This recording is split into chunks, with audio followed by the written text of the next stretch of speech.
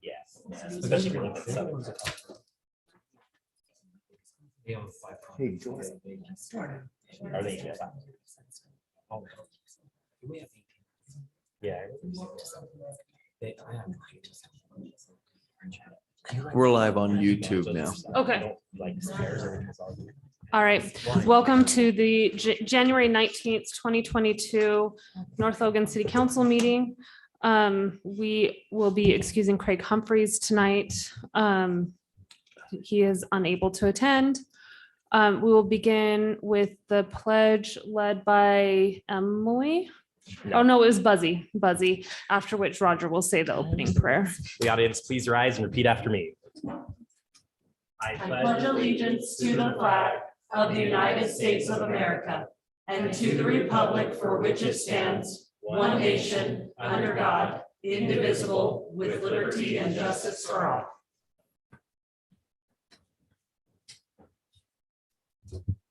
Father, we're grateful for this evening. Thankful we could gather as a council and the community and citizens. Grateful for the moisture we've been receiving. Ask that those more moisture, the help it is to the city water supply and secondary water. Grateful for the citizens that serve and the staff and employees that help things run year round and help us to make good decisions this evening and these things in Jesus Christ. Amen. Tonight's agenda, I would propose that we remove item number 5 from the list. We were hoping to be able to hear from the city attorney about the ingress egress ordinance, and we have not yet. So I would suggest that we move that to the next city council meeting. And I think that is the only change that we have. And with that, I would accept a motion to adopt the agenda with that modification. Motion to adopt the agenda, striking item number 5. Second. All right, motion by Buzzy, second by Roger, all in favor? Aye. Any opposed? Okay. Let's see, we do have meetings from the previous city council meeting. Marie, what date was that? November 3rd? November 3rd, city council meeting. I would entertain a motion to adopt those minutes. So moved. Roger moves. Do we have a second? I'll second. Seconded by Joni. All in favor? Aye. Any opposed? All right, that passes. Alan, do we have follow-up on issues from our previous meetings? No, just the review of action items. If you'd like me to go through those. I'm sorry. So no? No, just a Okay. review of action items, if that's okay. Yes. Let's Okay. jump to that. I'll kind of skip over Civic Center. We'll talk about that with the first item on the agenda. The Recruitment Compensation Committee, they met today. We went over several items. We'll probably meet again in the next month as a follow-up to the items that were discussed today. A lot of good discussion and moving forward on those items. And those items will tie into the budget, which we'll also discuss tonight. Communication Committee, we also met with kind of the social media aspect of that committee today to go over items and communicating, just communicating more than what we have been and strategic ways in which we can reach out to provide the public information and also internally. And then website updates. We're just going over some final items with Linda, who helps us do our website. She's going to update it using our current WordPress site to kind of match a few of the designs that we were looking at. Water, we're looking at several different funding options right now for our water updates to our entire water system, reservoirs as well. That's the main item that we're looking at. And then also a few other items that we'll look at under engineering. Sewer, they had their opening meeting for the major trunk line installation to go over the contract and things that they're working on out on the west side, basically near B-Tech as it heads towards Gosner, that portion of that major trunk line that both North Logan and Logan share through that portion. Streets, it's really intensive on plowing. but they'll actually start going out this time of year to look for bids for surface treatment and major road projects throughout this whole year. So they're pretty busy, to say the least. Stormwater, same thing. They're doing their annual reports and doing their monthly reports, working with streets primarily right now. Engineering, the 1200 East overlay is for the COG project, for that expansion. And then the other item I was mentioning regarding water is the water line that we're looking at replacing down near Main Street. Parks, there's endless projects going on right now in master planning.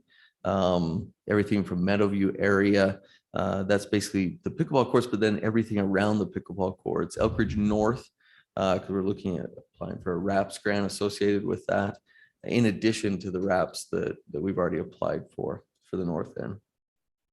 Trails, Bonneville Shoreline Trail, we'll meet with Carly with the county later this week to go over some of the options for Bonneville Shoreline Trail, and also kind of restart some of our canal trails discussion, and look for that low hanging fruit associated with those canal trails.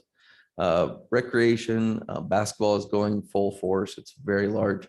The Princess Tea Party is associated with the honeybees and the royalty for the city.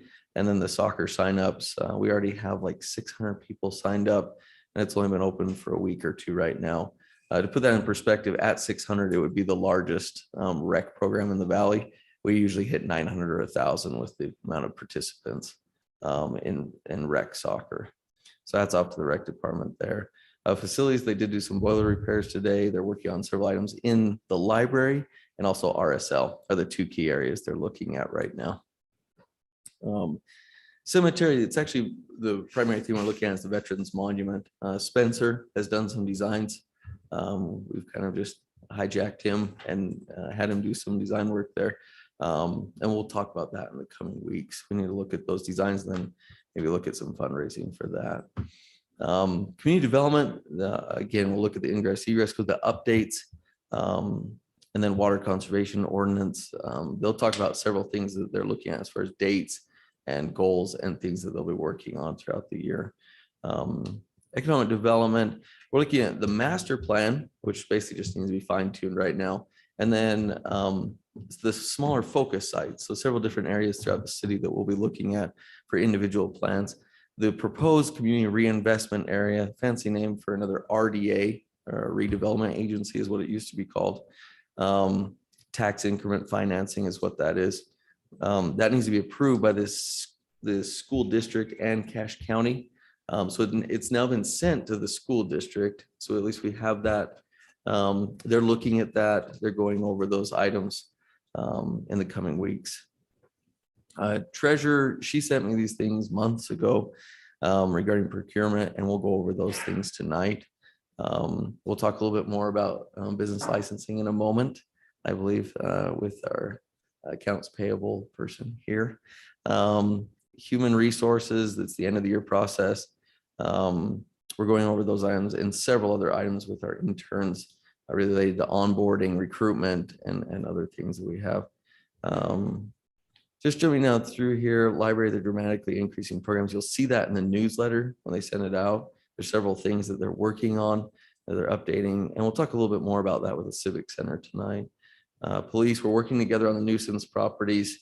They have several other things that they're working on within the police department, the items that were related to North Logan City that we go over. We really work heavily on the nuisance properties together, but then obviously Chief Black provides us an update as to the many responses that they have and calls that they respond to at the end of the meeting. So I won't steal his fire, and no pun intended. The fire department tonight, we have to excuse Councilman Humphreys. They're at their training in St. George this week. So they'll be back though next week. They are still doing COVID testing and working and helping in that regard. Sorry, I go over several items quickly. Are there other questions from any of the council or the mayor? It looks like there aren't. Okay, then we will move on to the recognition of our exemplary staff member. Today's is Vicki Hansen. She was nominated she's our accounts payable business licensing person. She was nominated by Spencer Burt. He writes, Vicky has gone above and beyond by streamlining and professionalizing the business licensing process for the city, in addition to all of her other many duties in accounts payable and more. She has kept things moving smoothly and has been a bright light of kindness in the office in the process. And I understand she's a huge 49ers fan. Is that right? Vicky, we give you a round of applause. Thank you.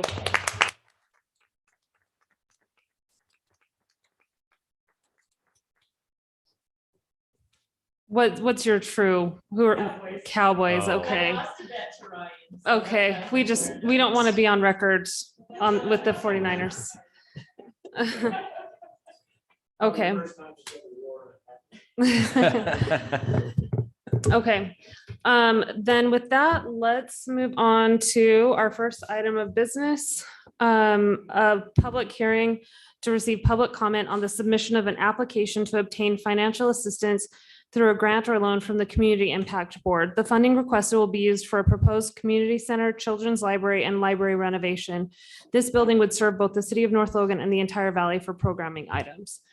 Alan, can you kind of give us just the background on this? Yeah, just, I don't know how far you want me to go into this.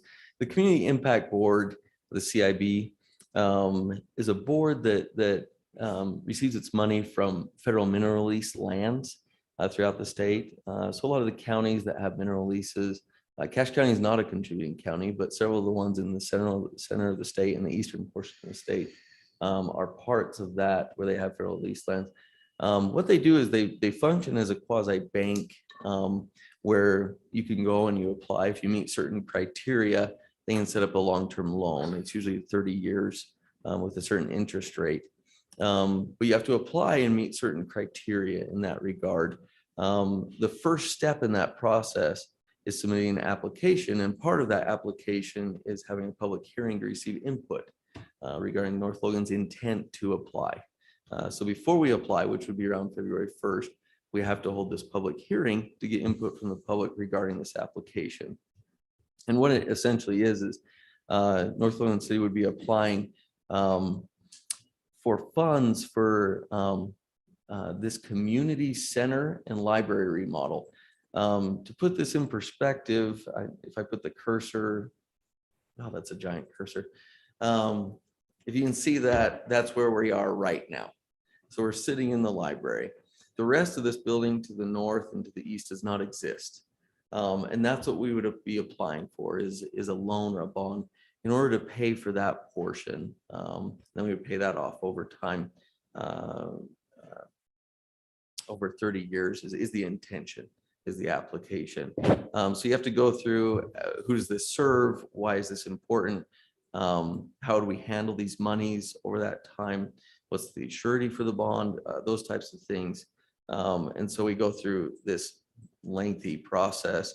And so that's the gist of the entire CIB application that's basically up for hearing tonight.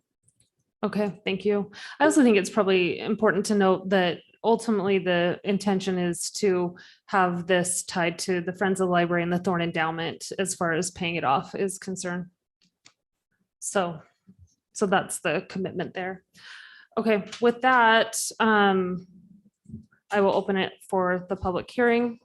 But by reading these rules, before you begin, please state your name for the record. Please speak into the microphone so that your comments can be recorded. Please limit your statements to 2 minutes. If you are also speaking on behalf of those that are not present, you may ask the chairman for more time.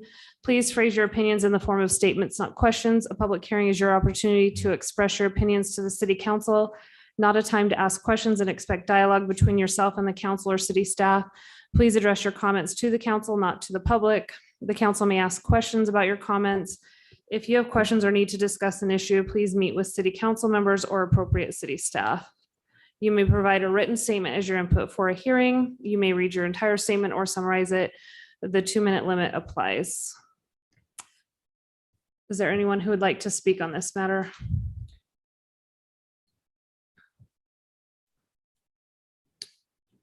Go ahead.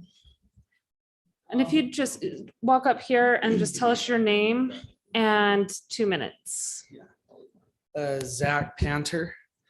I When I saw that this was planned, I was excited because I think it's a great idea. Just moved here from Lehigh. Previously living in Lehigh, I lived in Provo, and the libraries there and the civic centers were always a place where we enjoyed going. And so I would definitely be in support of expanding not only the libraries facilities, but also making more room for meetings like this as well. Okay, great. Thank you, Mr. Panter.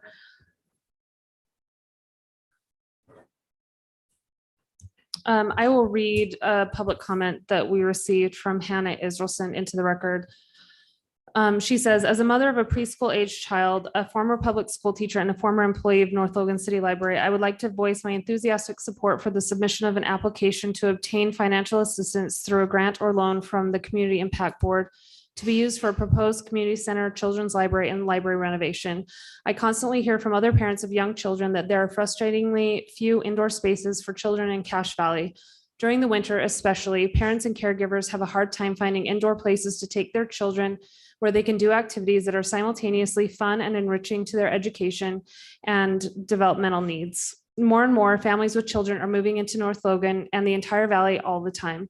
I'm confident that the opportunities that could be provided for children and families through a community center with activities or classes that appeal to a wide range of ages, a children's library with programming and resources that are geared to children, and renovation for a more functional North Logan library would be met with much excitement and support from parents, teachers, and caregivers of children throughout North Logan and Cache Valley. During the several years that I worked at North Logan City Library, I constantly heard non-resident patrons who paid yearly for a North Logan Library non-resident card tell me that it was so worth it to them to support the best library in the valley and have access to the resources the library provided them. North Logan City Library and everything that makes it special is one major reason that our city is considered one of the best places for families to live in Cache Valley. Let's continue to grow that legacy by pursuing all options available to obtain financial assistance for these wonderful propositions.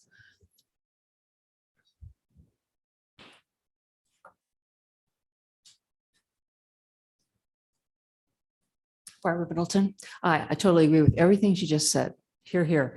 But one of the things it was hard, you glazed through that so quickly. Outdoor spaces are something also that I think we have the luxury of having with the landscape that this is going on. So really important to think about how that outdoor space is also saved and developed. And one of the nice things with some of the parks that I see, we have picnic tables and we have benches where people can move from organized areas to picnic areas and just informal areas with their families. So really think about, as you work with the designer, how you're going to put picnic tables and benches and maybe even some shade structures outside that could be used for all kinds of people. And trees and shrubs and, if we want some kind of community garden or something, that just really think about how you're integrating the indoors with the outdoors. But I totally support it. I think we really need the expansion. Thank you. Thanks, Barbara. Any other comments on this matter? Seeing none, I will close the public hearing. Any discussion from the panel? I just have two questions, Alan, maybe for you. Yeah. With this request, do we know how soon we'll hear back on funding? That's a very good question because it's kind of a lengthier process. We have to submit by February 1st to show our intent that we want to apply for these funds.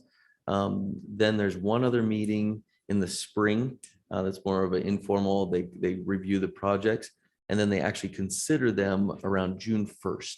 Okay, and if I recall from our planning meetings, the timeline to start digging was springtime, right? So we would still move forward with that.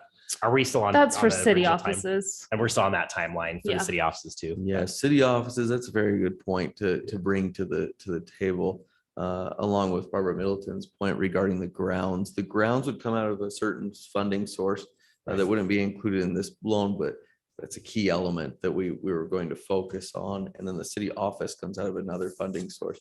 And yes, we want to break ground as soon as possible on that. Cool. But the funding that we're applying for this through CIB is mainly just the library remodel. kind of the children's library area. And that was the third phase, right? Was that phase Yes, 3 of and then the project? Okay. community center would all be part of just this specific fund right here. Okay. But thank yes, you. they're all part of a integrated site that needs to have a endless amount of planning because there's an endless amount of opportunity here for a year-round program. Thanks. All right. Anything else? Okay, then we will move on to considering approval of the citizen appointments to the North Park Police Agency Commission. Those citizens are James Allen, Lloyd Berenson, and then, of course, Roger and Buzzy and I are also on that commission. But I believe tonight we were just approving the citizen appointments. Is that correct? That's my understanding. If we need to approve the others, we can. Okay. Okay, so I would entertain a motion to approve those citizen appointments. So moved. All right, motion by Roger, I second. Emily seconds, all in favor? I, All right, that motion passes unanimously. We will move on to item 4, consideration of a request for post-division approval of an improper subdivision, including approximately 6.3 acres located at approximately 2100 East and 2500 North. The proposed post-division approval includes 3 lots in the RE1 zone, and all lots proposed include at least 1 acre. All right, so I can take you through this. The basics Alan can fill in if I miss anything. So the basic area we're looking at is right north of the North Logan City Cemetery. It involves those 3 lots that you listed. Yeah, those are the ones in question. This is a post-division approval. This is the first application and use of that ordinance that was recently passed. Essentially, these were split off more than 10 years ago. And now with different owners, instead of going back through the entire subdivision process, they're looking to get these lots legitimized or approved as far as that goes. If we can switch over to that staff report. This one? memo. Yes, that would be great. So essentially, all of those lots meet the correct size. The owners, Bob Strebel and Gray Wilson, both applying for these. They own the 3 lots. Bob owns 1, Gray 2. All those lots, again, over 1 acre. They have the right amount of frontage, the right widths. The owners qualify under our ordinance as innocent owners, so they meet all those definitions as required in code. The one thing in this report that we wanted to point out is access. So as part of this, all the improvements in front of the lots would need to be developed as with the standard subdivision. There is a line in here that states it does need to meet the rest of our development codes. That includes adequate access as defined in our code. 2500 North from about the canal west to 1600 East. That's the road in question, or the section of road in question as far as access goes. There's been a lot of back and forth with the applicant. It's been determined that the minimum width fire code wise for this would be 20 feet paved, not including shoulders. We went out and measured it several different times. Planning commissioners measured it, our staff did.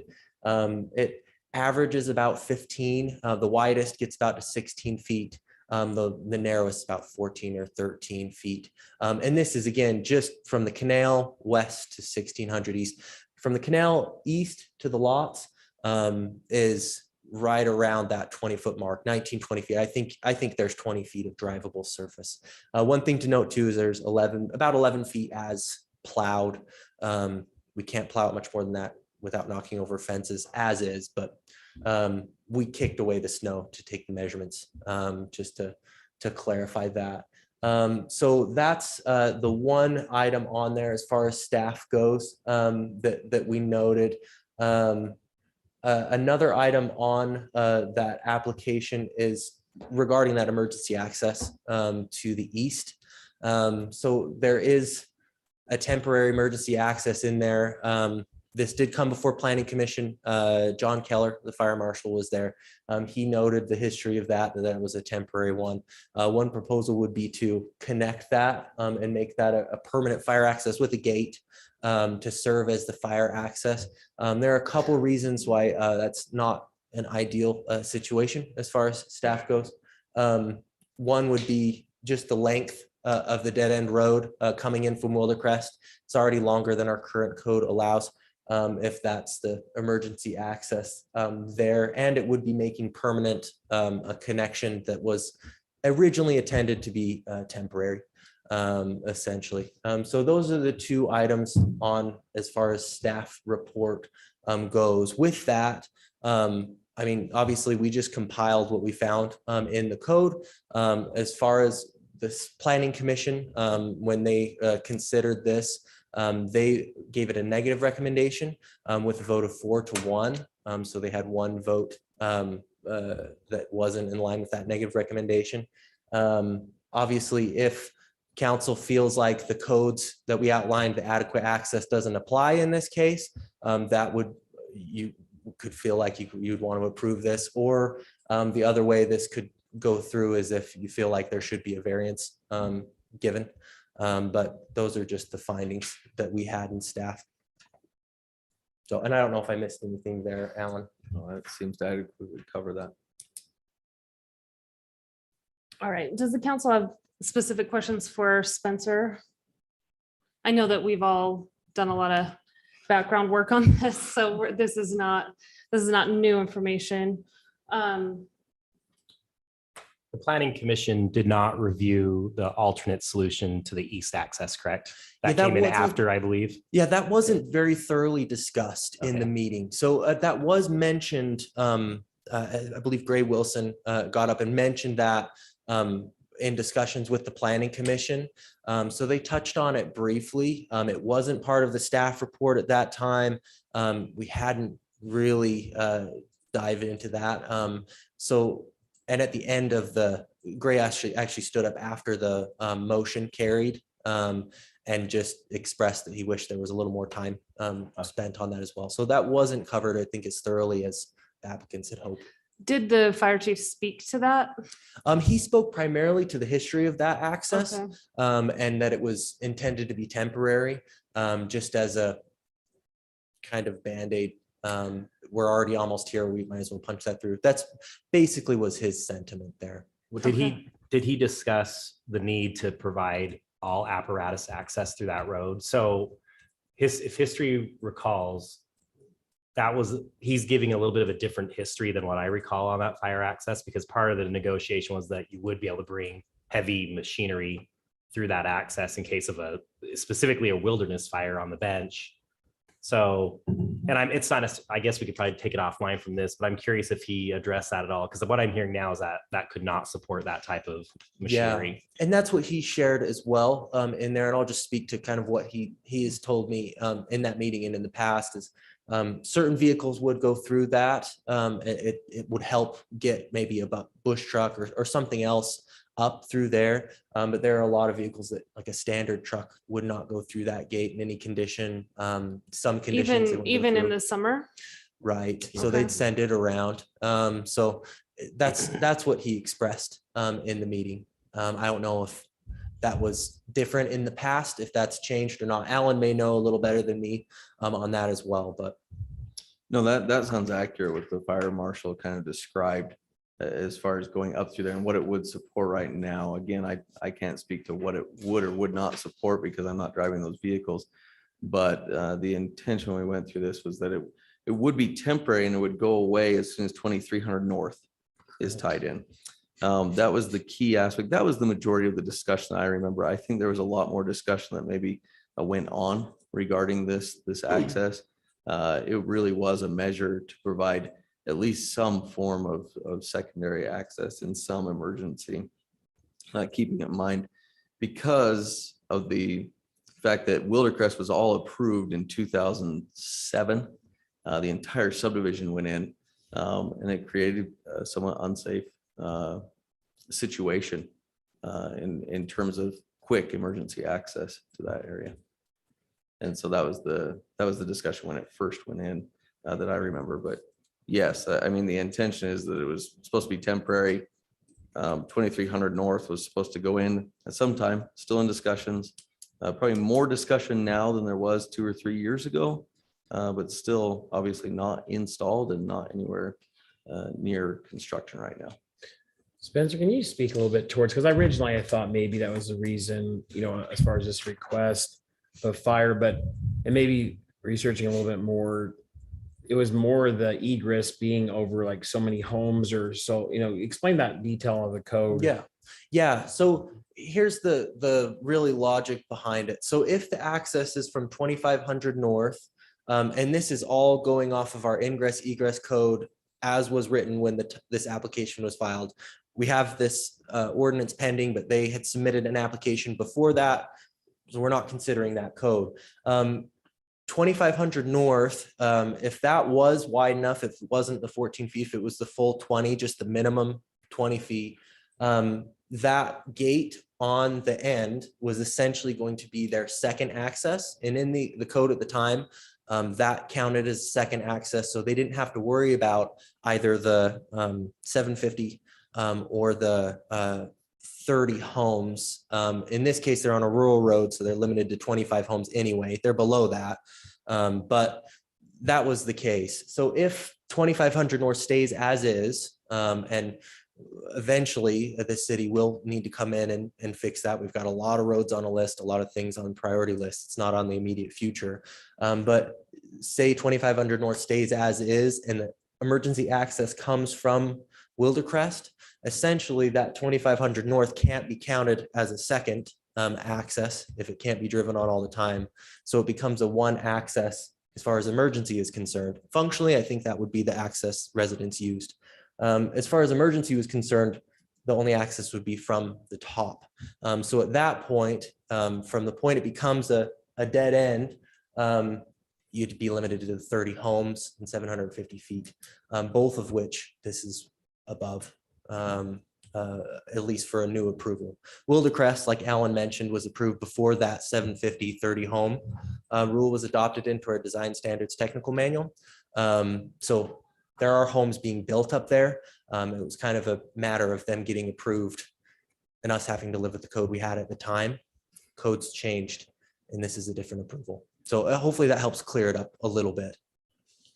Did the codes change prior to them purchasing the property or after? As far as the purchase, I'm not sure. I'm guessing if it was split, because it was split more than 10 years ago, which would put it back at least past 2012. It may have been changed by then. All of this happened probably before I was here. So I'm not sure. We go from the time an application was received, though. So we got an application on this as a concept plan. It was 3 years ago. This has been in the works for a while. And now it's the post division that we received a little bit more recently. And was this considered an improper subdivision at the time that they purchased it, or? Yes. So it was Okay. split off, and we didn't have the code. We didn't have the improper subdivision ordinance at the time. So in the city's eyes at that time, the only way to legitimize that was to do a concept plan. And that would have had to involve all of the property owners. And there were some issues that came through there, but it was split off without going through the subdivision process. So it would be that the definition we have now meets how this was created. So it's the concern that that the emergency gate, that fire gate would be used by residents up in Wildercrest, or is there a place, I guess, for saying maybe we would put a fixed electric gate there and then that might take care of the concern? You know, as far as this application is concerned, residents using or opening or misuse of that gate, it doesn't really come into play as far as how this application being approved or denied. That's just something, and honestly, it's something city staff has to deal with and work with now with the chain. Our streets crew is up there frequently. I know Alan and Jordan have probably personally reconnected that chain many times. But for the application wise, if people are going to misuse that or open it or abuse that, it doesn't hold any sway. Okay. Spencer, we keep saying that access is temporary. I had a conversation with Gray where he mentioned that he potentially wanted to have that access there to the east. And he said that he wanted to have it removed when 2300 north would be put in. But if 2500 north is not widened to the 20 feet bare minimum, what does that mean for access to his home? Does that mean we would be requiring the applicant to, after his improper subdivision is put in, to widen that access? Or would we need to leave that emergency access in? This is a hypothetical situation, obviously. I'm just wondering. Right. Yeah, no, the qualifier and the reason for needing to go that direction is if that 2500 north is not adequate to Okay. support it. So 2300 north is kind of independent. And just to be clear, we're not requiring 2500 north be widened anyway or recommending that. It's just we can't approve it until it is. Okay. So it kind of puts both parties in a sticky spot. Have there been any discussions with the applicants about a rough estimated cost to bring areas of that road to 20 feet with the minimum requirements for the road base that's required on the rural road standard? You know, if there have been, they were probably very, very rough and not very detailed. And I know that Bob and Daniel are here. They probably could speak to that as well as to what they've had. We've had a lot of conversations over a long time, but I can't remember diving into detailed specific numbers and plans for that and what it would take. Okay, and elaborating on something Joni brought up, if we were to consider the east access, could we have a requirement to upgrade the gate there to something that's a little more advanced technology wise versus a chain? Could that be part of the stipulation of the approval? Is that something that's in our purview to do? I think there would definitely need to be some sort of gate just with the road as is. Again, it doesn't solve the ingress egress issue. In fire code, it is provided that you can have an apparatus road with a gate, but it comes back kind of to our city ingress egress. So Yeah, I guess that's where I get hung up, is that even say that we pave that, whoever paves it, to me, we're compounding the original Wildecrest problem, which is like that we're saying, yeah, an emergency vehicle can ultimately get there, you know, a large fire truck. But I don't think, like, I think that ingress egress thing is where I get hung up, that we're, you know, kind of in a similar way where we're considering the Nick Porter subdivision, the Hidden Hollow one. We're saying you have to at some point staunch that bleeding and say, we are seeing a very unsafe situation. To me, adding a longer dead end to that, and then knowing that there's an inadequate access on 2500 north from 16th east, I guess I just don't understand. I don't understand how that makes it adequate access under the code. Yeah, I think it's a good point. I'll give you kind of my perspective. I know we've spoken a little bit about this, but I think for all practical purposes, if these homes were built and we considered the east improvement, the homeowners are still going to use 2500 north. I think that's a fair assessment because obviously the east side will be blocked off.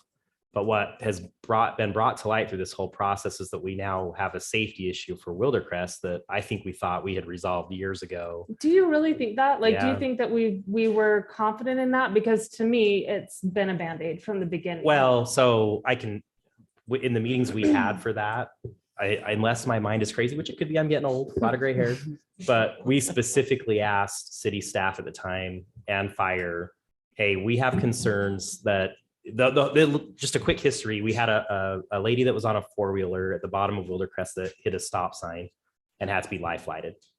It was on Thanksgiving Day. We were coming home. They tracked us down because we could see the paramedics on Ridgeview Drive. They didn't know how to get to the neighborhood at the time.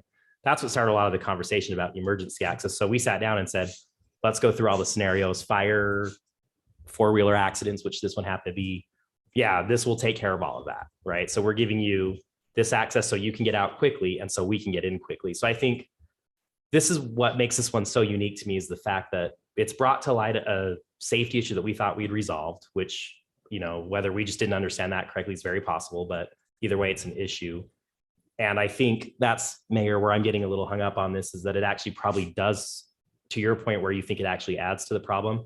I'm viewing it as a solution to solve a bigger problem that we didn't even know we had. So elaborate on that, because I want to know Sure. what problem does it solve? Does it solve access from 16th through?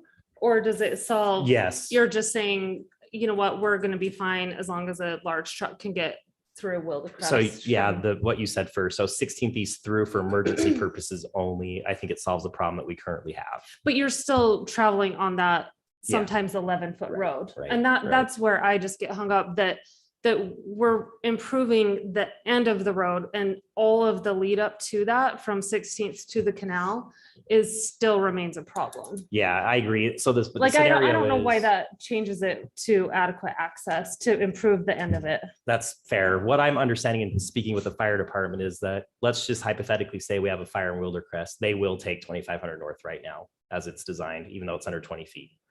But they're telling us, however, a big enough truck cannot cross that very east piece the way it is now. And that's what we didn't know.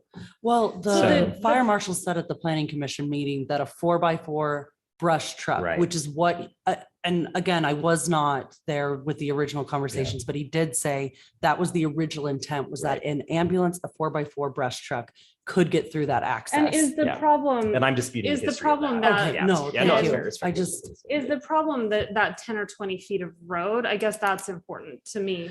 Is it that part or is it the stuff east of or west of the canal? So is it Yeah. this or is it this? I don't have a problem with that. I mean, from a code perspective, we do, right? But if you speak to the fire department very directly, it's not 20 feet wide west of the canal, but they're going to use that, right? Because they will tell you, we're going to get there as quick as we can, and that's what we're going to do.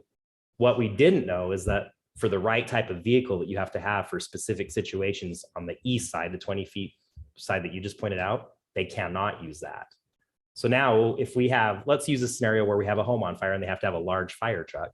What I'm hearing is they can't come up that way now. They are going to have to go all the way around and drop down off 3100 to come into Wildecrest, which was not how we intended that emergency access to be functioned early on. Like that was supposed to serve any emergency that would be needed, you know, in any situation. So that's, if that makes sense, what I'm saying. So what they're saying is the road surface on that 20 feet on the east side can't handle those heavier vehicles.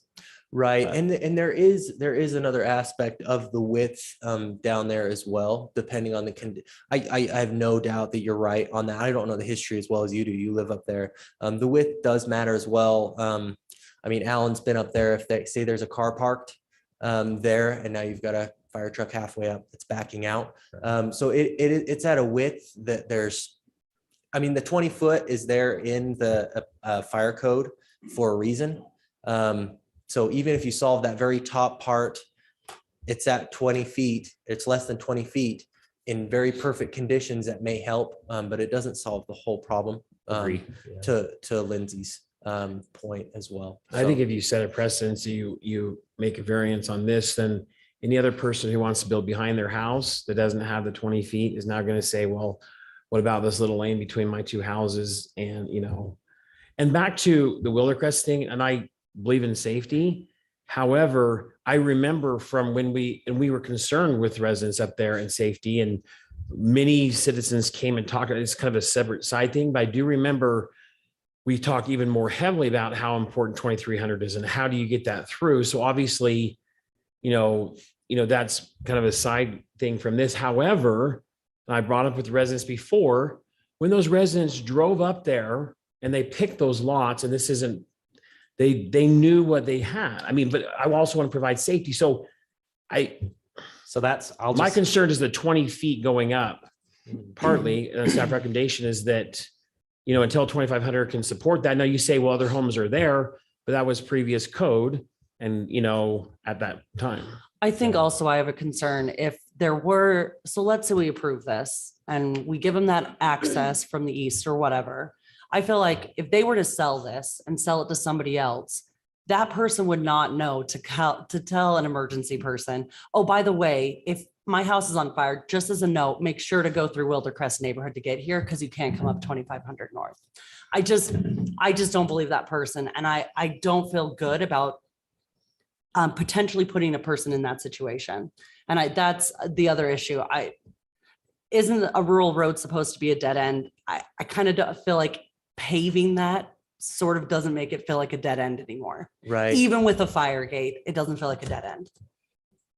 Right. And I think to speak to that, obviously our fire department does a fantastic job. They have things mapped out. They know which routes they're going to take to places, but you're right. In the heat of a moment, you hope that they'll be able to get there in time. Baseline, if they have to go around, that adds time no matter what. Even if they know exactly where they're going. It's probably a little less than it feels like, I'm guessing, every time Buzzy has to go to the store. Probably feels like a lot more than it actually is. But it does add time baseline. And that rural road permanently is supposed to be a dead end. It has a limited number of homes that can be serviced on that road, which essentially, if you had something that connected through, you couldn't also have a limited number of homes, because then it's just anybody who uses it as a through street. So that limit of 25 on a dead end to maintain that rural road classification. There are very few in our city that have that as well. And I think we can all acknowledge this access to Wildecrest is the thing that keeps me up at night. I mean, it's the problem that keeps presenting itself. So that's where I get hung up, is that I don't see this helping that problem. I see it being another 2 homes that are in a tricky situation. I just can't get past the 16th through the canal. Like I can't in good conscience say that that's adequate access. Especially if that's, I mean, if that, we're saying adequate access. And I guess I missed the point in the manual where it said that fire access is what we're counting as adequate access and not the access they're going to be using every day. I don't know. It does not seem adequate to me. Yeah, I think it's too bad 2300 North isn't closer, because I think the applicants and the council and the city staff are all on the same page that that's temporary, right? I mean, once 2300 North comes in, that would be the primary mode of access for these requested homes, which makes 2500 2300 North. So on the south side, right where the road comes down from. You're telling me that you're saying that the people who would buy these houses would be going up and around to 2300. No. correct? 2300 North will connect on 1600 East, right? Oh. And then there'll be a road in front of the cemetery on the east side, west side of the cemetery that will then connect. Yes. That's the master Oh, plan. sorry. So, Yeah. no, it's a good Sorry, I was question. getting confused. This I does come agree. up like every twice a year. I agree, Okay. Buzzy. Let's, Thanks, Buzzy. Yeah. if we could get 2300 in, Yeah. I think it changes everything. But Like, it does not appear to be close enough. I don't know. One day it's close, one day it's 20 years away. To Roger brought up a point I just do want to clarify, though. There were, when we went through this history too, I would say 60% of the homeowners in Wildecrest were told that 2300 North would be through in a year, and the other 40%, me being one of these, knew it may not ever come through. So there was kind of a mix of what people thought was going to be there and what wasn't going to be there. But the question I keep coming back to is, what's the fair thing here? And it would be nice for me to know if we had a rough idea of what it would cost to go west of the canal to 1600 to those 20-foot expansion where needed. At the same time, I'm seeing legal documents between both parties that are disputing whether whether code even applies to certain situations here. So this is just sticky all around. it is sticky. Yeah, I don't. Are we at a place where we could make a motion here? Oh, yeah, I would absolutely. welcome that. Yeah, just introduce yourself. Yeah, I'm Daniel Watkins. I've been working with Gray Wilson for a long time, including the entire history of this. And to correct one thing, the application, I think from Gray was 4 years ago, the initial one that started. I've probably set in on, honestly, 6 to 10 meetings with the city on this, predating Allen by a long ways. Gray's out of town, otherwise he'd be here. I think, I think one thing that I can summarize on behalf of Gray and Dr. Strebel is an immense amount of frustration, to be honest, to be at this point. The whole rural road ordinance that came out because of this, as, oh, here's a way we can find a solution. The post-division approval of an illegal lot, I made the initial draft of that and sent it in as a way to find a provincial solution. But I think one thing that is a little bit frustrating to hear is it seems like from staff perspective, it's like, let's find every reason to not find a solution, but to have this go away.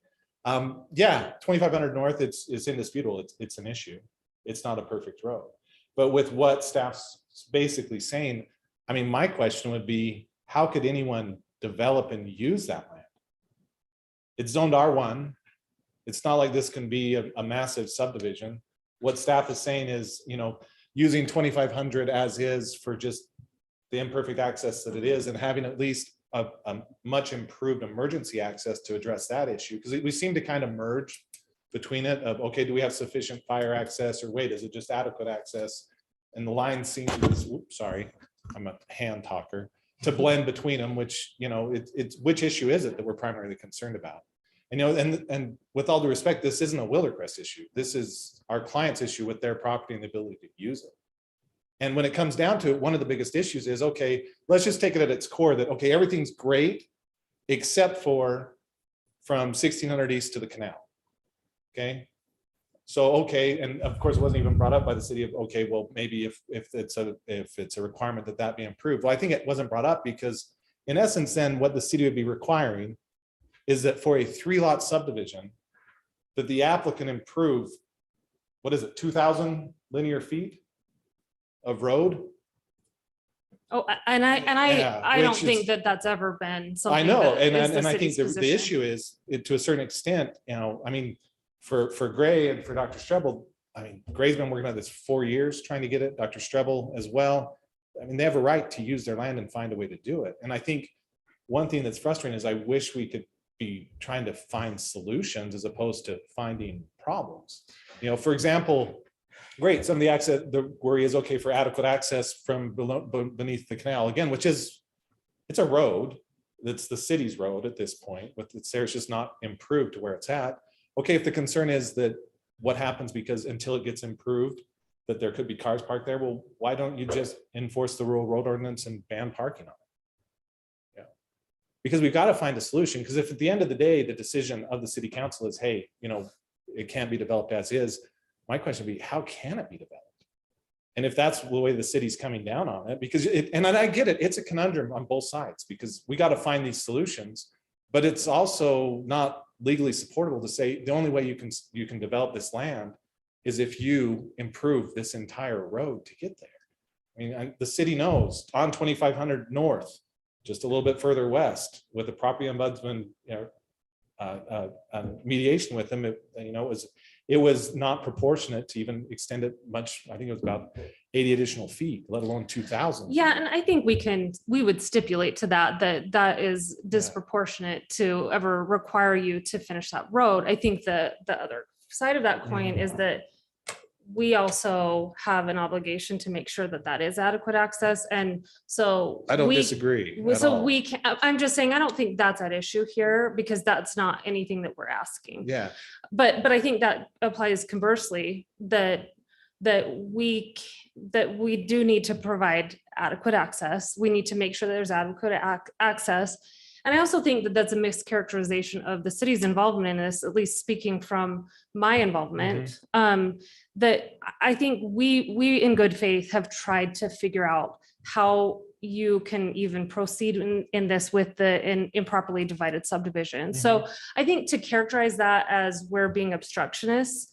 well, I don't think I've ever is said you're being unfair. obstructionist. Well, I just said, I think the feeling that I get is, and I think Dr. Strebel would agree through his involvement, is it's never been oh, what about this as a solution? It's always oh, no, it ain't gonna work. But that's what I'm just because of the saying problem. is that at least my involvement with this was with Dr. Strebel Mhm. to say, let's think of how I'm we can talking do about this. 4 years. Over the Sure, lifespan of but I this. think you're also, I think we need to point out the initial issue, which is that it was improperly Which sold. was neither of our client. It was Sure. not Gray, nor was it. Dr. Right, but it Strebel. also wasn't the There's city. second, I agree. And we've so never- that's kind of where, I think that's where the problem lay, at least in the beginning. Absolutely. So that's not, that 4-year time period is not city saying, no, we can't do this. No, the 4-year time period has been that.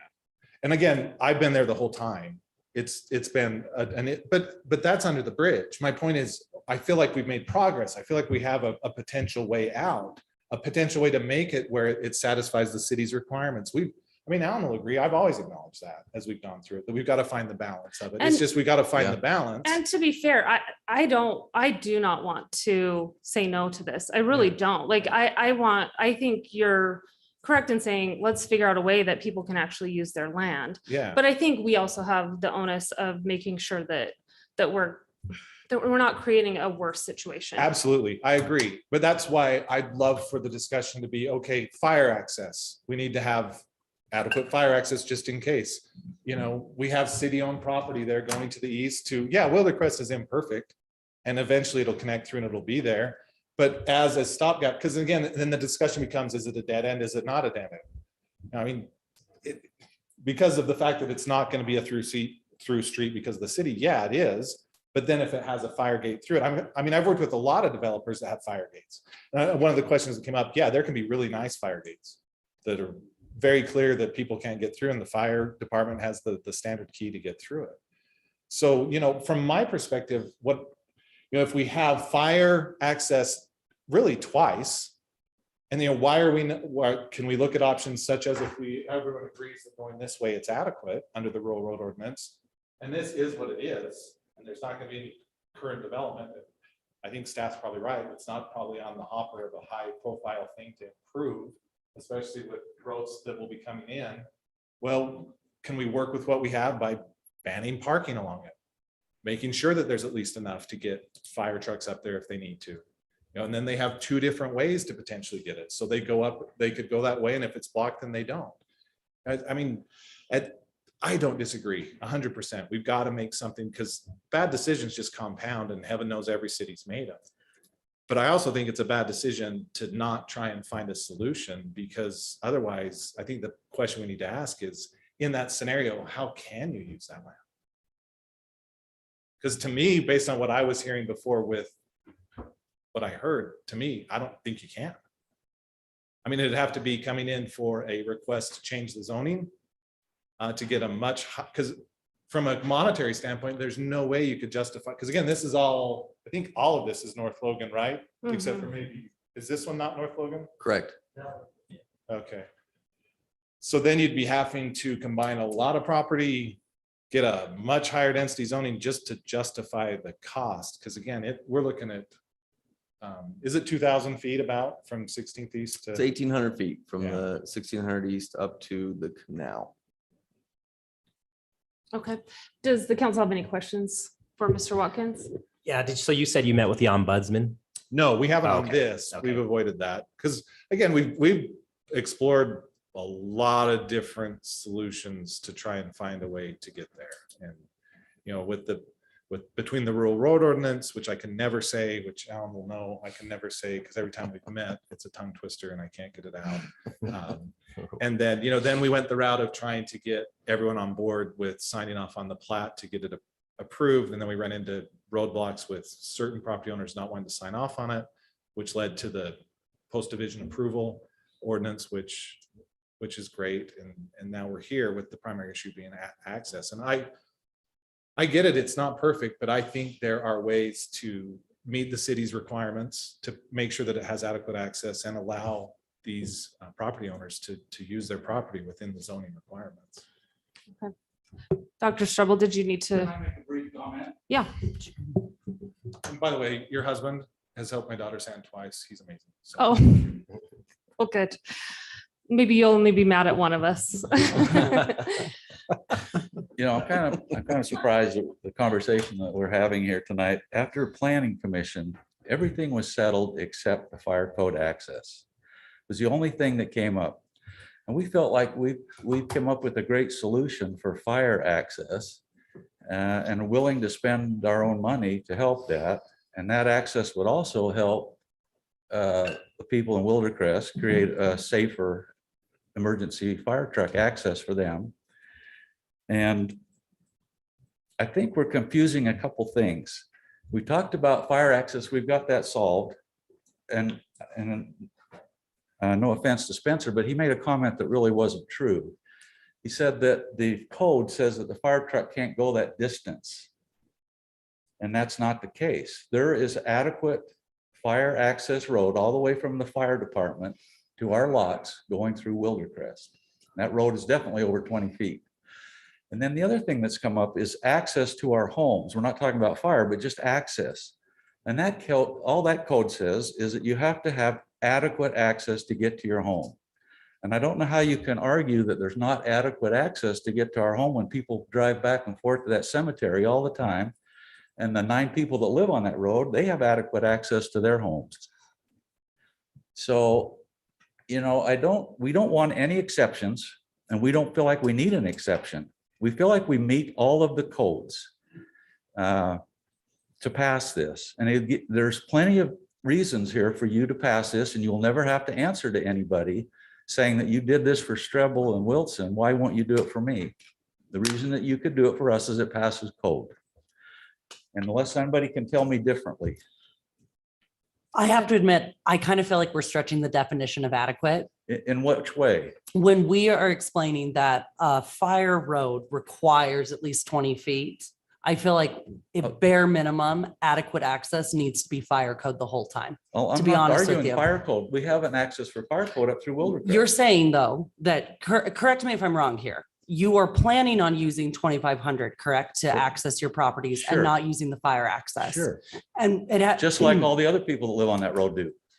Yeah, my idea though is if we're saying that a new subdivision and is coming in and we're requiring them to have adequate homes. access, it's still considered a subdivision, correct? Am I wrong in that? We're still saying it needs adequate access. And in my mind. Access for me and Yes. Gray to drive up Yeah, there. that Yeah. absolutely. If we're requiring adequate access, the bare minimum in my mind, after reading all the code that I have, is that it has to be 20 feet for you guys to The get to your code homes. doesn't say at 20 feet for access to a lot, to your home. It does in the fire code, but not to get in and out of our home. And I Okay. think there is some ambiguity. Okay, about adequate okay, I will get access. that. I think My that, interpretation is different, I so. think that we can acknowledge that, but, Well, I appreciate your time. yeah, thank you, Dr. Strebel. I think we all appreciate the complexity of this. I don't think that there's a clear right answer here. I don't. No, And again, like, this has given me a lot of heartburn in trying to figure it out. Anyway, with that, is there any more discussion? Are we ready to make a motion on this? I honestly can't even get a sense of where everyone is on this, so. I'm heartbroken for him because I understand the situation. But being in real estate, I guess for me, when I go to purchase property, I need to know what my limitations are. So I guess that's my struggle is I know that at some point on the master plan, there will be 2 roads. That takes care of your issue. Then as soon as those are in, you can develop. I have property I have to wait on, and I know I'm going to have to wait. So hopefully not. Hopefully not. So Okay. we just need to make sure that we're doing this correctly and that we're setting a precedence that says we're following city codes. All right, Joni, would you like to make a motion? Are you there? I don't know, because I just look at you and I'm like, I just want to say yes, but under the circumstances where we have a planning committee that has denied it and the city and the. All right, Emily. I mean, would I'll make a you- motion. I motion to deny it because I deny the request for post-division approval. I don't think it meets code. So I make a motion to deny. Is there a second? I'll second it. Second by Roger, all in favor? I Any opposed? Nay. Okay, so that's a 3-1 vote, that motion carries. The rejection motion carries, right? Yeah, thanks, Buzzy. Yeah. Turn that knife. Again, I hope you understand. I think this is a complicated thing, and I think that we anticipate that perhaps another set of eyes on this is probably expected. Yeah. And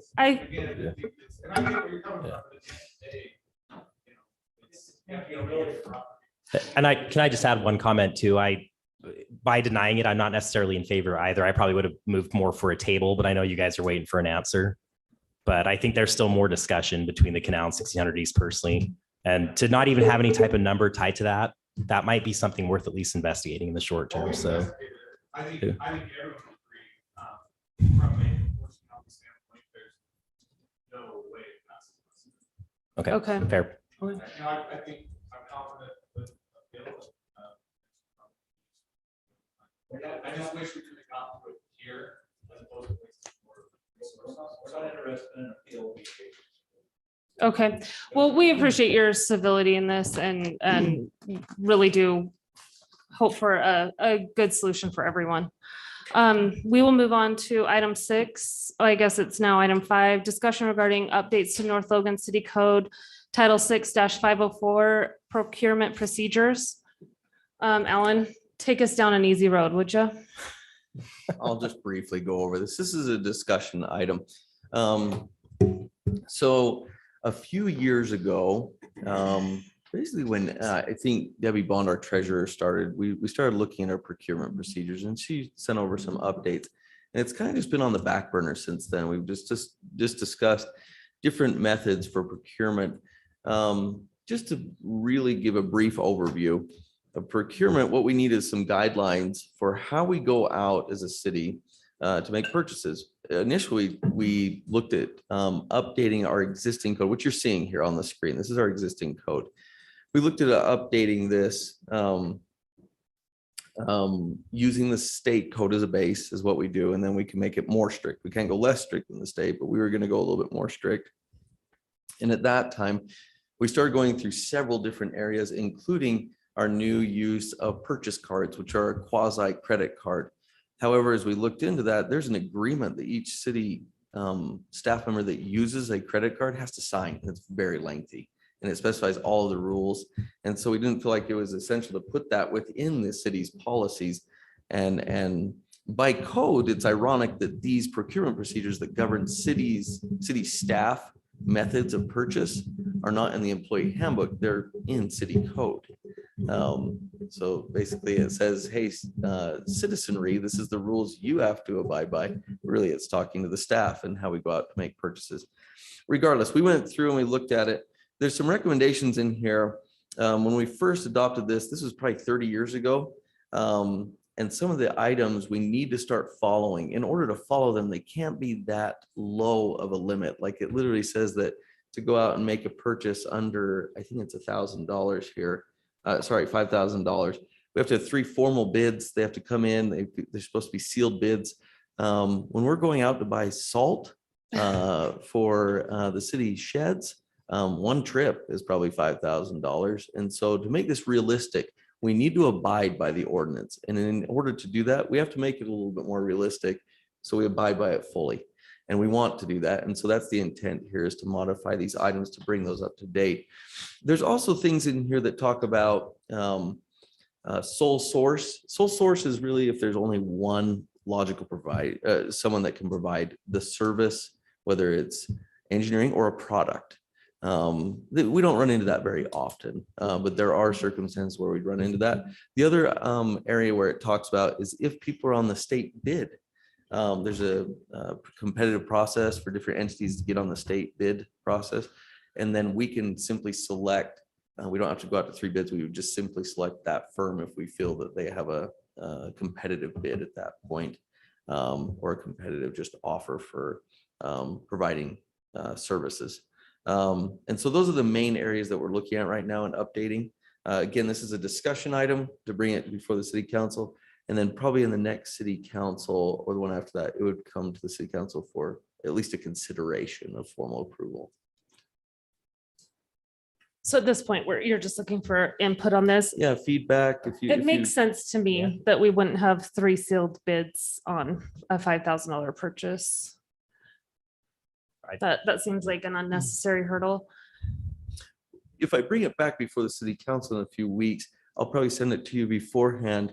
Really look through those set points, those thresholds, because after it exceeds a certain amount, like it's currently 25,000, but we want to increase that to probably 50,000. Not to skirt the city council, I need to make sure that's clear, but to provide you like a realistic method for approval. If we bring everything below 25,000 before the city council, it's just not realistic. We would be coming probably every 3 weeks before the city council for approval for a purchase of a single item.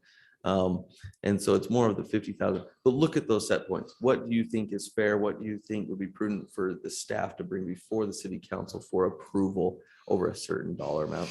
You're looking for the head nod. It's the head nod moment. Yes. I'm also just wondering, like, if there's an angle that we could go in where it's a repeat purchase, so that you wouldn't have to come before the city council every time you purchase salt, but you maybe do initially and say, hey, just so you know, we're going to be doing this routinely. I'm just wondering if there's a way to do that, because I know that you do lose some oversight when you raise these limits, and I'm okay with that, but I'm just wondering if there's a solution that would work in that way as well. It's a very good point. We'll look through it. Okay. We don't have to reinvent the wheel, but it is very difficult to come up with all the different scenarios of how we purchase. Right. And Yeah. that's the difficult part. But you bring up a very valid point of repeat purchases. There's endless repeat purchases. So we need to look at that and see if there's a logical way where we don't provide maybe just like a loophole for the staff to get around the ways of really being competitive with purchasing. And I think we're balancing, Yep. not wasting time, but also not allowing an avenue for abuse. So, Yeah. but yeah, I think I need to read it a little bit more closely before I can speak on it. Probably I'll- next week, expect a draft, Okay. a more formal draft that you can go through. I just want to get your feedback if people are involved in purchasing. Otherwise, any feedback like you're bringing up right now is what we need to tie into the ordinance. Is this the ordinance that also tells you about the bidding process, what bid you have to go with, or is that a different one? This does go over portions of that. The only reason I ask that is I think sometimes, and I think it's been fine in the time I've been on the council, but sometimes I'm hoping we don't have word, and I need to read it, words in there that say you always have to go with the cheapest bid, because if we've had trouble with the contractor, why we're changing it, you also want to say, we're going with this one, even though it's not the cheapest because it has this and this, because I think, do we tie ourselves to, and this is separate from purchasing, this is just the bid process. So I don't know if that, because I know we always go with the cheapest. I swear every time we come, we're going with these guys because they're 30,000 less. But I mean, if we have trouble like with the same company down here, You know. brought up a very good point though about that, and I need to make sure it's in in this because it's in our contracts, which are really pulled Yeah. from state contracts, which is what we've been using. I need to make sure it's in here, and I think it is, but I need to make sure of that because I'll give you another scenario. One road that we did install in a different portion of the city, we won't go very close here, but it's in a different portion of the city where they went out to bid on it and someone underbid it by, I mean, the total project was $250,000. Someone came in and bid 100,000 and the city went with them at that time. This is 15 years ago, 18 years ago. They went with that specific contractor at 100,000. Well, after the change orders got done, the final product cost like $260,000. So the person that came in and underbid it change ordered the project to $260,000. So to Roger's credit, selecting the lowest bid without doing a ton of homework is probably not the smartest thing to do at that point. The other thing that we require in the latest contracts is several references from other companies that have worked on like projects. So we can come back and say, did they stay within the budget? How did they do? Was this a year ago? And so we really have to do our due diligence to make sure that we're hiring a contractor that'll stay within budget and provide a quality product. Very good point, though. Because sometimes the higher, little bit higher bid's better in the end, but I also don't want an ordinance. All of a sudden you're telling me, I don't want some contractor saying, well, your ordinance says X, so you have to go, I mean, to that point. I'm just saying why we're looking at it, we got to look at some maybe scenarios that could come up that way. Give some leeway for proper discretion. Yeah. With approval from city council. So Yep. you're presenting, the reason we're spending 50,000 more in here is a year ago, the same company did this, they stayed within this. We know that it's an accurate bid or whatever that process is. All right. Yeah. I mean, unless there's anything else, I think that we could probably use some time Very good feedback. delving into though. it. Thank you. Okay, we will move on to the next item, discussion regarding updates to North Logan City Code, Title 6-300 through 6-306 surplus property. This is the same exact scenario. Several years in the making, discussions, things that have come up over all the years. A lot of the items that we're discussing in the last two items are handled partially through the employee handbook. We had to do a fraud protection portion of our handbook and add 20 appendices to our employee handbook this past year per the state, and it talks about a lot of these items, but it doesn't cover them fully. And these are the items that are in city code.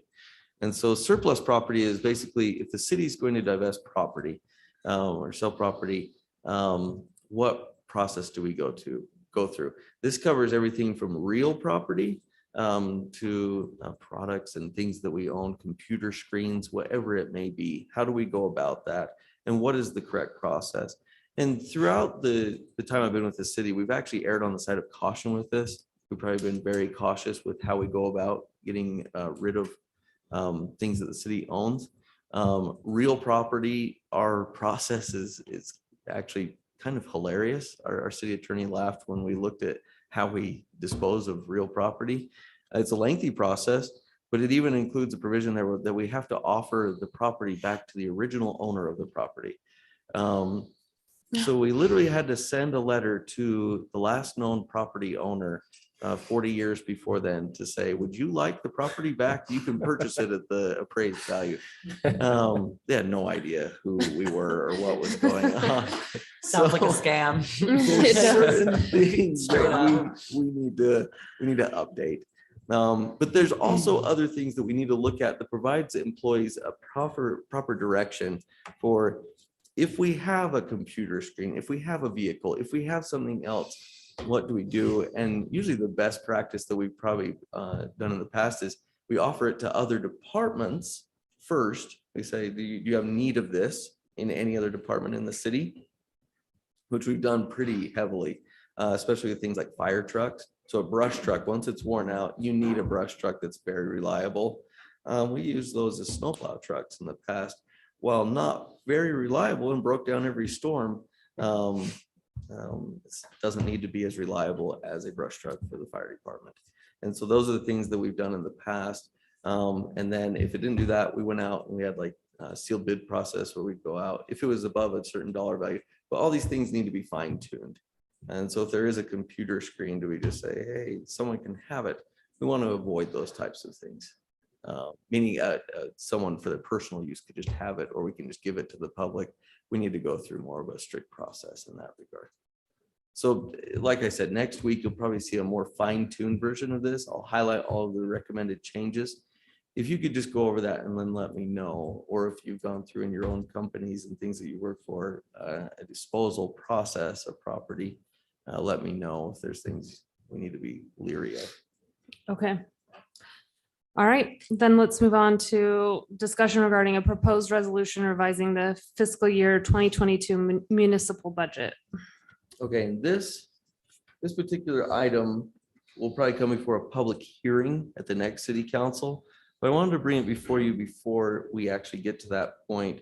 Some of the biggest items in here that we're discussing, I've highlighted all of them in pink.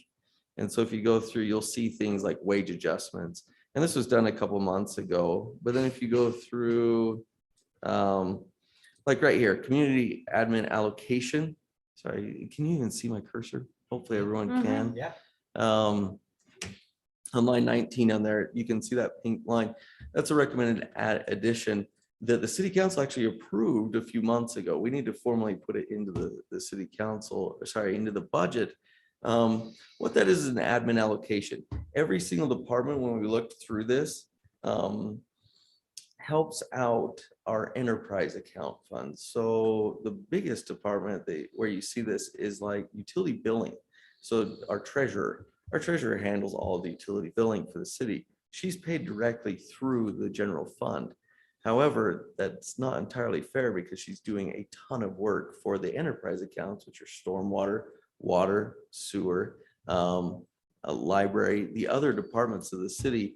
So what it is they pay a small portion into an admin allocation, which then goes to these other departments, which are helping out those departments in a small fashion. It's kind of commensurate with how much they do help out. So Public Works, Jordan's department essentially is basically a tiny department of financially. It's a massive department as far as functionally. So budgetarily, we need to increase that allocation that goes to him because he spends 80% of his time helping out enterprise accounts. probably 20% or 30% with the general fund items. So you'll see the changes in there that we had to implement. The other things that you'll see in this budget change will be large projects related to water and sewer that we need to change within the budget. This is pretty common because halfway through the year, the beginning of this year, we had one water project lined up. That was the project we were going to do. And then we had 5 breaks on a line in front of Subway. And then we had 4 or 5 breaks in one night at a street in Canyon Ridge. Then we have to shift course because the priorities have obviously changed throughout the year. So we have to make those changes within the budget to show that. And so you'll see a lot of those changes. And then even changes related to somewhat of our civic center, not coming out of the budget directly, but different changes within our capital fund to help with our bond down payment and a few other things. I'm trying to think of any other items within there. RDA, you'll see those adjustments, but just for the councils, the 2 existing council members will know this, but the city council often acts as the redevelopment agency.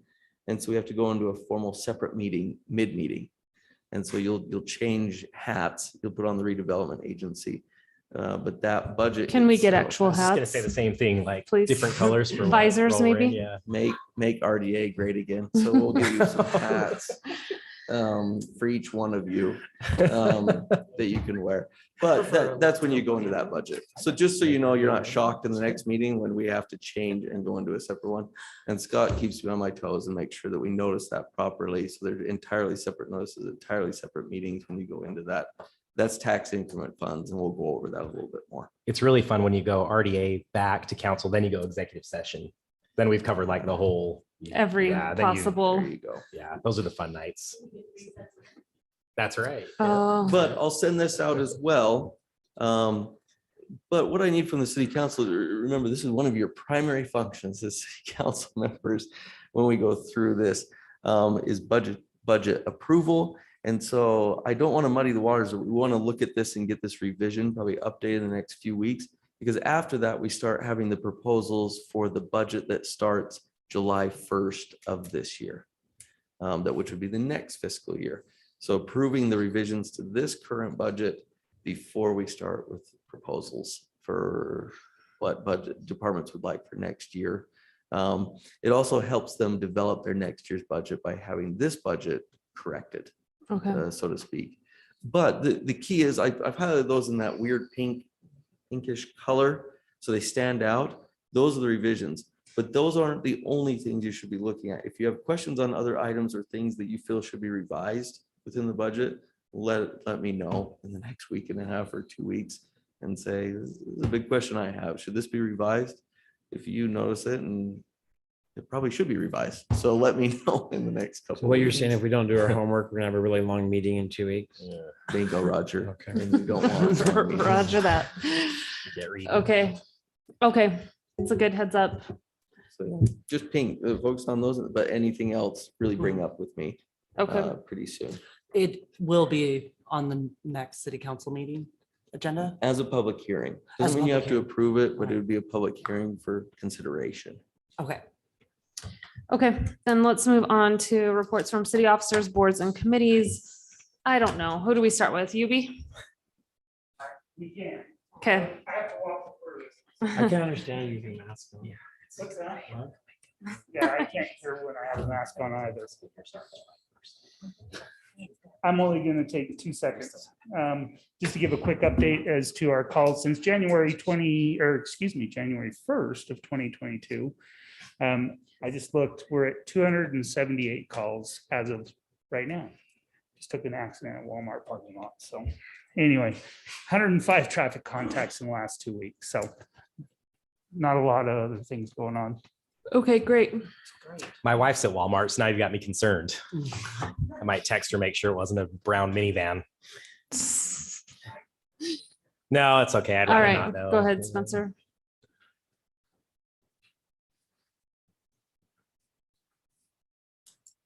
just have one quick thing. Workshops between planning commission and city council. We've tried to hold those semi-regularly. I'm going to go over the calendar tomorrow in planning commission meeting and probably try to get some dates where we're going to have most of the planning commission be able to attend a workshop. If you, and I'll send out an email as well, but if you can take a look at your schedule, I'll let you know what they kind of decided and we'll hopefully be able to pin one down in the next February, March range. So we can have a workshop there. Also, at any time, if you have any agenda items you'd like to see on that workshop, let me know and I can start gathering material or whatnot for those discussions. So The only thing I would say in your planning is to try to make it fair and that we'll meet on their Thursday because they meet on our Wednesday. I think if we're gonna do 4 in the year, should be Just 2 and split it. 2. I mean, Yeah. just so, because I think they're used to a Thursday, we're used to Wednesday, but if we can maybe look at our schedules and, try to keep that. I think that's how we've done it in the past, Yeah, we right? did that last Where year. So, we come to 2 of theirs, they come to 2 Yeah. of ours. yeah. Did we ever do 4 in a year? That seems like a lot. to me. I I'm wondering if don't we're going to be able I to. think we got 2 2. I think it was mostly yeah. around 2. We could shoot for 3. I think we were trying to maybe go more. quarterly, but I don't know if we ever hit that mark. We kind of got it started, had COVID kind of throw a Mhm. wrench in plans, and then had a hard time getting back into the groove of it. So Yeah. I'll look and see with the Yeah. whole calendar, and we're going to follow what the city council kind of has with moving meetings in April and whatnot. And we'll get something fleshed out, and then I'll coordinate that back with you in a couple weeks as well. The So, only thing I would say is avoid the first one because we have police commission Yeah. and that Yeah, takes that's true. 3 of us. so do the second meeting. So yeah, so anytime you're looking at that calendar, us 3 are out. That's with good to know. that meeting. Yeah. That's really The good to other, know. we'll just keep throwing hard stuff at you, but I think when do we start the departmental budget reviews? That's early. March, When right? is it? Spencer, you're the first. That We was- talked about that today. Isn't it early March? I know I have to get it to you February, early in It's probably February late for February. review. So Let's that'll start the restrict first all of one. our meetings through that entire review process, right? On Wednesdays. So Right. maybe the first one's on planning night. Well, I mean, the budget meetings are really short, so then you could come back Oh, that's again true. We have done that Thursday. before. You're right. Yeah, so you don't spend very much time here at all when you're talking about big budgets for the city. So obviously you could come back the Thursday after and it wouldn't be a big deal. No, Sounds we'll fun. we'll get We'll do it it on Allen, we'll or get that's- it coordinated. So there are a lot of things to duck and weave on. So keep me posted. I'll keep the second meeting in mind and I'll look at budget schedules and make sure I don't clash on there. So Okay. thank you. Sounds good. Jordan? Okay.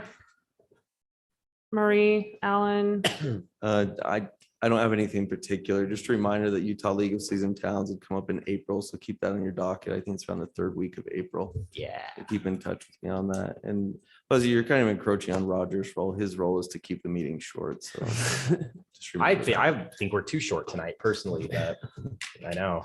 And it's 90 degrees in here, so I'm good. it is really Short. hot. I'm Good thing I shocked. put deodorant on.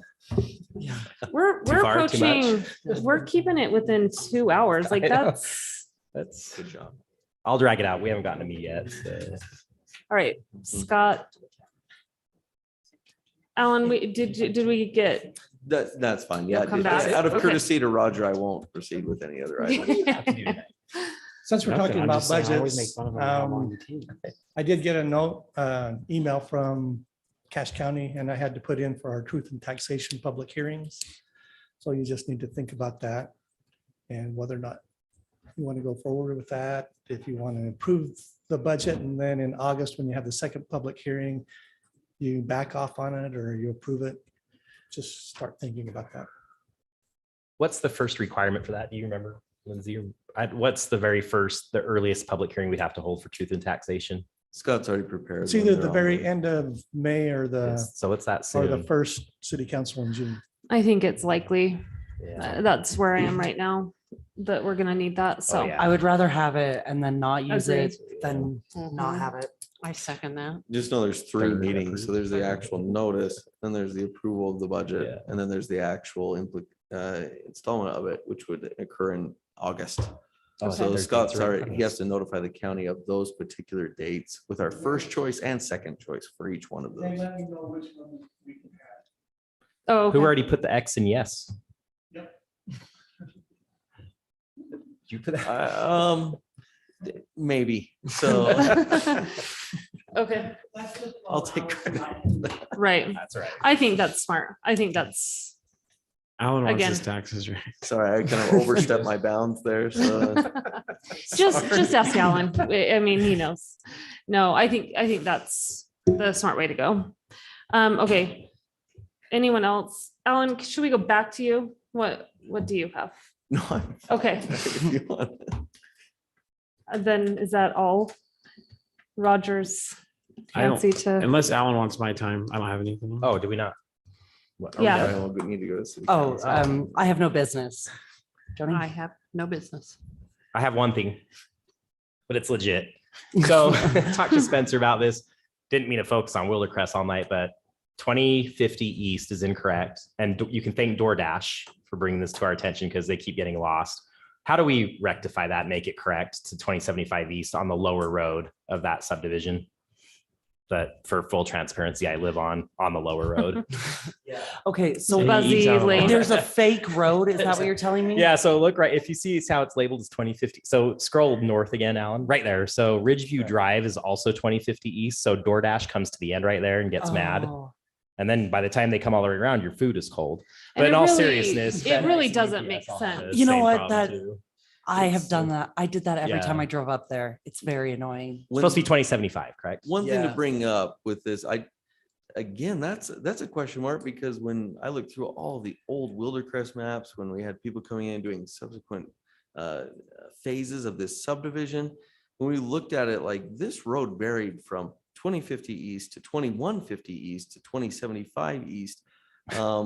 Keep in mind though, that this road right here at the bottom of the cemetery will be 2000 East. And so when you look at that, and you look at Ridgeview Drive, did you say that's 2050 Yeah, East? that's 2050, so it matches. 2050. So by the time you're up to here, that's not Yeah, you may wanna get 2075 to East. That's a little bit Right, farther. we'll take any 21 number. something. Any number you want to throw out, we The, can. the tough take. thing, the tough thing with this, and really the crux of it is this potentially was, should have been labeled something different when Wildercrest went in. If they were looking to connect those two roads, they were looking to keep that same name. That road, ultimately, you can see it's not on our Yeah. grid, but those numbers are part of our grid. So, Mm. and it's the same thing with 2300 North, that turns to east. At some point, Oh. they're not on our grid. And so they get weird and we have to figure out how to rectify that. Alan brought this up to me earlier. I think this is something, because it seems easy of change it to 2075, change it to 2150. It all has a ripple effect. Whatever we change this to, then all these addresses changed and people call us about their utility addresses being changed. It all ripples. So I think we're gonna have to really sit down with, Yeah. I think I'll sit down with Alan and then probably Lance Yeah. as well, and just get a proposal. From there, once we have addresses, want change of street names, and we have something we're pretty convinced that it won't cause too much pain for everybody. It is just a matter of contacting the county and getting it changed. So we have the mechanisms to change it. It's just making sure we're thoughtful before we do it. So, but that Makes is a sense. good point. I'll bring Yeah. that up in our next Tuesday meeting with Lance and Alan. And Thanks, one- Spencer. Oh, Sorry, one thing to bring up with that I'm going against everything I believe by saying this, because I hate road names like in the city. Yeah. Like moving up here from Layton was a dream. Everything has a grid pattern. It's easy to find everything except Buzzy Street. Literally throughout the whole city. But a solution might be when you have a curved road or someplace that you can't find the grid, you almost have to give it just a name. So it does have a name. It's just not recognizable. Isn't it And like- here's what's kind of, Was it there's white actually, I was pine or kind of juniper? being tongue in cheek about DoorDash, but what's really interesting about that road is if you use Google Maps, it's a different address. If you use Apple Maps, it's a different address. So when FedEx or UPS come up and they, the drivers now know, but they've kind of shared that a lot of times. That I have to decide which app I'm going to use to get accurate Use Google. directions here. Well, Yeah. actually Google's 2075 East. So, And but yeah, I don't. And that's a Five Guys, I mystery think, to last me. I time. may have to reach out to the county.